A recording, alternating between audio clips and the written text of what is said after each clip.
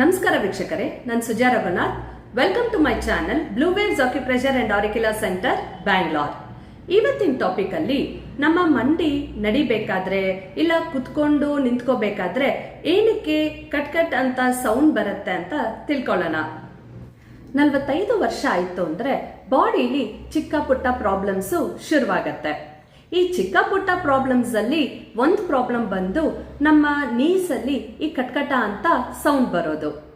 ಯಾವಾಗ ಈ ತರ ಸೌಂಡ್ ಏನಾದ್ರೂ ಸ್ಟಾರ್ಟ್ ಆಯ್ತು ಅಂತಂದ್ರೆ ಫಸ್ಟು ತುಂಬಾ ಗಾಬರಿ ಆಗ್ಬಿಡ್ತಾರೆ. ಅಯ್ಯೋ, ನನ್ಗೆ ಆರ್ಥ್ರೈಟಿಸ್ ಬಂದ್ಬಿಡ್ತೇನೋ, ಇಲ್ಲ ನನ್ನ ನೀ ಕ್ಯಾಪ್ ಸೌದ್ ಬಿಟ್ಟಿದೆ, ಇಲ್ಲ ಅಂದ್ರೆ ಏನೋ ನೀಸಲ್ಲಿ ಏನೋ ಪ್ರಾಬ್ಲಮ್ ಆಗಿದೆ ಅಂತ ತುಂಬಾ ಗಾಬರಿ ಆಗ್ಬಿಡ್ತಾರೆ. ಆದ್ರೆ ವೀಕ್ಷಕರೇ, ನಿಮ್ಗೆ ಈ ಸೌಂಡ್ ಜೊತೆ ಪೇನು ಇಲ್ಲ, ಸ್ವೆಲ್ಲಿಂಗ್ ಇಲ್ಲ ಅಂದ್ರೆ ನೀವು ಇಷ್ಟು ಗಾಬರಿ ಬೀಳ್ಬೇಕಾಗಿಲ್ಲ. ಈಗ ತಿಳ್ಕೊಳ್ಳೋಣ ಈ ತರ ಸೌಂಡು ಏನಕ್ಕೆ ಬರುತ್ತೆ ಅಂತ. ನಮ್ಮ ನೀ ಬೋನ್ ಅಲ್ಲಿ ವೀಕ್ಷಕರೇ ಎರಡಿರುತ್ತೆ, ಈ ತರ 2 ಬೋನ್ ಇರುತ್ತೆ. ಸೊ 2 ಬೋನು ಮಧ್ಯ ಒಂದು ಲಿಕ್ವಿಡ್ ಇರುತ್ತೆ. ಈ ಲಿಕ್ವಿಡ್ ಒಂಥರ ಗ್ರೀಸಿ ಸ್ಟಿಕ್ಕಿ ಆಗಿ ಇರುತ್ತೆ. ಈ ಲಿಕ್ವಿಡ್ ನ ಹೆಸರು ಸೈನೋವಿಯಲ್ ಲಿಕ್ವಿಡ್ ಅಂತ ಕರೀತಾರೆ. ಇದರ ಕೆಲಸ ಏನಪ್ಪಾ ಅಂತಂದ್ರೆ, ಯಾವಾಗ ಮೂವ್ಮೆಂಟ್ ಮಾಡ್ಬೇಕಾದ್ರೆ ಅಂದ್ರೆ ಕುತ್ಕೊಂಡು ನಿಂತ್ಕೊಂಡು ಮಾಡ್ಬೇಕಾದ್ರೆ ಫ್ರೀಯಾಗಿ ಮೂವ್ ಆಗೋದಕ್ಕೆ ಈ ಲಿಕ್ವಿಡ್ ಇರುತ್ತೆ. ಸೊ ವೀಕ್ಷಕರೇ, ಯಾವಾಗ ಈ ಲಿಕ್ವಿಡ್ ಕಮ್ಮಿ ಆಗ್ತಾ ಬರುತ್ತೋ ಇಲ್ಲ ಸ್ವಲ್ಪ ಡ್ರೈ ಆಗ್ತಾ ಬರುತ್ತೋ ಆವಾಗ ಸ್ವಲ್ಪ ರಪ್ಚರ್ ಆದಂಗ ಆಗುತ್ತೆ ಬೋನ್ಗೆ, ನಡಿಬೇಕಾದ್ರೆ ಇಲ್ಲ ಕುತ್ಕೋಬೇಕಾದ್ರೆ. ಸೊ ರಪ್ಚರ್ ಆದಾಗ ಅಲ್ಲಿ ನಿಮ್ಗೆ ಸ್ವಲ್ಪ ಸೌಂಡ್ ಬರುತ್ತೆ.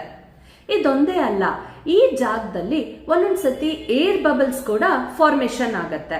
ಸೊ ಏರ್ ಬಬಲ್ಸ್ ಫಾರ್ಮ್ ಆದಾಗ ಇವಾಗೂ ಕೂಡ ನಡಿಬೇಕಾದ್ರೆ ಅದು ಹೊಡೆಯುತ್ತಲ್ಲ ಏರ್ ಬಬಲ್ಸ್, ಆ ಬಬಲ್ಸ್ ಹೊಡೆದಾಗ ಕೂಡ ನಿಮ್ಗೆ ಈ ತರ ಕ್ರ್ಯಾಕ್ಲಿಂಗ್ ಸೌಂಡ್ ಬರುತ್ತೆ. ವೀಕ್ಷಕರೇ, ಇದೊಂದೇ ಕಾರಣ ಅಲ್ಲ, ಮತ್ತೊಂದು ಕಾರಣ ಏನಿರ್ಬೋದು ಅಂದ್ರೆ ಈ ಟೆಂಡನ್ಸು ಲಿಗಮೆಂಟ್ಸು ಎಲ್ಲ ಇರುತ್ತೆ ಅಲ್ವಾ ನಮ್ಮ ಕಾಲಲ್ಲಿ. ಯಾವಾಗ ತುಂಬಾ ಪ್ರೆಷರ್ ಕೊಡ್ತೀವೋ ಇಲ್ಲ ಜಾಸ್ತಿ ಸ್ಟ್ರೆಚ್ ಆದಾಗ ಕೂಡ ಕೆಲವ್ರಿಗೆ ಈ ತರ ಸೌಂಡ್ ಬರೋ ಸಾಧ್ಯತೆಗಳಿದೆ. ಈಗ ನಾವು ಆಕ್ಯುಪ್ರೆಷರ್ ಅಲ್ಲಿ ಈ ತರ ಪೇನ್ ಇಲ್ಲದೆ ಕಟ್ಕಟ ಅಂತ ಸೌಂಡ್ ಬಂದಾಗ ನಾವು ಯಾವ ಪಾಯಿಂಟ್ ಹಾಕೋಬೇಕು ಅಂತ ನೋಡೋಣ. ವೀಕ್ಷಕರೇ, ಈ ಪಾಯಿಂಟ್ ನಮ್ಮ ಕೈಯಲ್ಲಿಲ್ಲ, ಆದ್ರೆ ಕಾಲಲ್ಲಿದೆ. ನೋಡಿ, ಕಾಲಲ್ಲಿ ಬಿಗ್ ಟೋ ಆಗಿದ ತಕ್ಷಣ 2ನೇ ಟೋ ಬರುತ್ತಲ್ಲ, 2ನೇ ಟೋ ಅಲ್ಲಿ ಸೆಕೆಂಡ್ ಜಾಯಿಂಟ್ ಸ್ವಲ್ಪ ಕೆಳಗಡೆ ಟುವರ್ಡ್ಸ್ ಬಿಗ್ ಟೋ ಈ ಪಾಯಿಂಟ್ ಇದೆ. ನಾನು ವೀಕ್ಷಕರೇ ಸ್ಕ್ರೀನ್ ಮೇಲೆ ಇದ್ರದ್ದು ಫೋಟೋ ಹಾಕಿರ್ತೀನಿ. ನೀವು ಇದನ್ನ ನೋಡ್ಕೊಂಡು ನಿಮ್ಮ ಕಾಲ್ ಮೇಲೆ ಈ ಪಾಯಿಂಟ್ ನ ಲೊಕೇಟ್ ಮಾಡ್ಕೋಬೇಕು.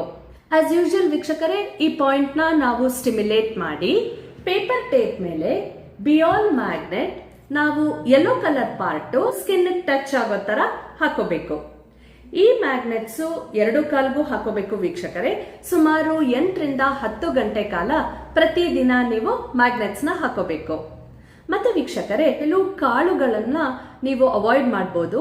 ಅಂದ್ರೆ ಈ ರಾಜ್ಮಾ, ಚೆನ್ನ ಎಲ್ಲ ಸ್ವಲ್ಪ ಅವಾಯ್ಡ್ ಮಾಡಿ. ಯಾಕೆ ಅಂತಂದ್ರೆ ಈ ವಾಯು ಅಂತ ಹೇಳ್ತಾರಲ್ಲ, ಕೆಲವ್ರಿಗೆ ವಾಯು ಕೂಡ ತುಂಬಾ ಜಾಸ್ತಿ ಆದ್ರೆ ಬಾಡಿಲಿ ಈ ತರ ಸೌಂಡ್ ಬರೋ ಸಾಧ್ಯತೆಗಳು ಇದೆ. ಇವತ್ತಿನ ವಿಡಿಯೋಲಿ ಇಷ್ಟೇ ವೀಕ್ಷಕರೇ. Thank you.